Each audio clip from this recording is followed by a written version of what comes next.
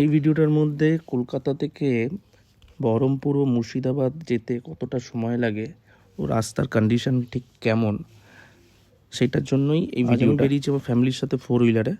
সাথে আমার একজন বন্ধুও যাচ্ছেন, তিনি বাইকে যাচ্ছেন।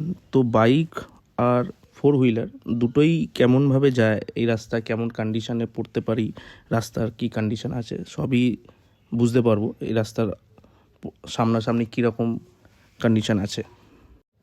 এই রাস্তাটা সবাই চেনেন, মা ফ্লাইওভার। ডান দিকে আমার সায়েন্স সিটি, বাঁ দিকে আমি সোজা চলে যাব এয়ারপোর্টের দিকে।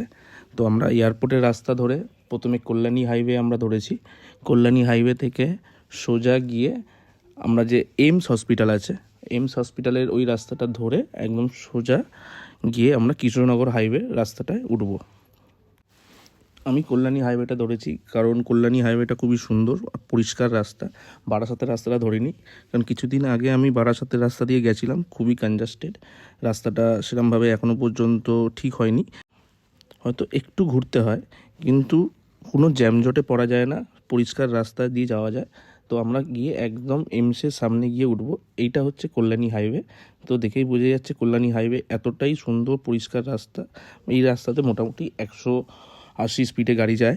এই সোজা আমরা এলাম এইমসের রাস্তাটা, এই রাস্তাটা সোজা গিয়ে হিট করছে কৃষ্ণনগর হাইওয়েতে।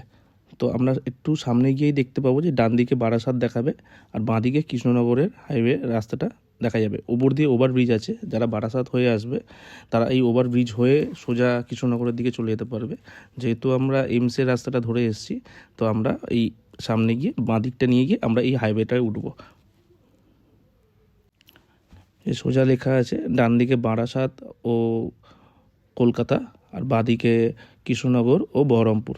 তো আমরা এই বাঁদিক নিয়ে নিচ্ছি, এই বাঁদিক নিয়ে নিলে আমরা এবার সোজা বহরমপুর, কৃষ্ণনগর, মুর্শিদাবাদের রাস্তা পেয়ে যাব। এই আমরা চলে এলাম পরিষ্কার রাস্তা। এই রাস্তাটা পুরোপুরি আপনার মুর্শিদাবাদ অবধি এই রকমই ক্লিন রাস্তা, খুব সুন্দর হাইওয়ে করেছে, রাস্তায় গাড়ি চালিয়ে খুবই মজা পাওয়া যায়। যারা ভাবছেন রানাঘাট, কৃষ্ণনগর, মায়াপুর, বহরমপুর, মুর্শিদাবাদ, পলাশি, তো এই রাস্তাটা দিয়েই আসতে হবে। শুধুমাত্র পলাশির কাছে একটু জ্যাম পাওয়া যায়, বাকি পুরো রাস্তাটাই neat and clean. Siliguri, Malda same এই রাস্তা, তো মালদা দেখাচ্ছে 210 কিলোমিটার। পলাশি ছাড়া কলকাতা থেকে বহরমপুর অবধি রাস্তাটা পুরোটাই সুন্দর, খুব ভালোভাবে মেনটেন করা আছে।